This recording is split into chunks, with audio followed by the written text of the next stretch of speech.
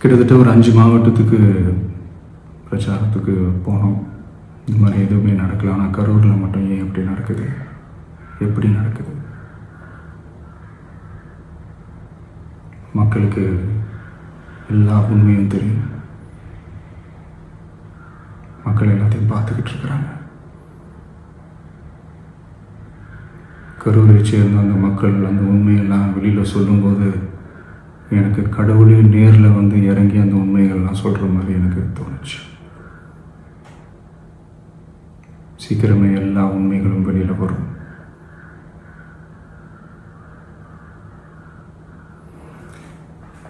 எங்களுக்கு தரப்பட்ட இடத்துல நாங்கள் போய் அந்த ஸ்பாட்டில் நின்று நாங்கள் பேசிட்டு வந்தோம். அதை தாண்டி எந்த தவறும் எங்கள் சைடில் நாங்கள் எதுவுமே செய்யலை. பட் இருந்தாலும் எங்கள் கட்சியை சேர்ந்த நிர்வாகிகள், தோழர்கள் மேலே எஃப்ஐஆர், அது மட்டும் இல்லை சோஷியல் மீடியாவை சேர்ந்த நண்பர்கள், தோழர்கள் அவங்க மேலே எஃப்ஐஆர்லாம் போட்டு இப்போ பிடிச்சிக்கிட்டு இருக்கிறாங்க.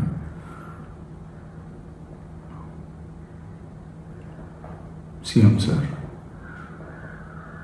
உங்களுக்கு ஏதாவது இந்த பழி வாங்கணும் அப்படின்ற எண்ணம் ஏதாவது இருந்துச்சுன்னா என்ன வேணாலும் பண்ணுங்க. அவங்க மேலே கை வைக்காதீங்க. நான் ஒன்று வீட்டில் இருப்பேன், இல்லை நான் ஆஃபீஸில் இருப்பேன். என்ன வேணாலும் செய்யுங்க.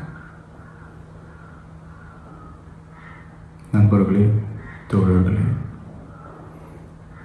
நம்மளுடைய அரசியல் பயணம் இன்னும் ஸ்ட்ராங்காக, இன்னும் தைரியத்தோட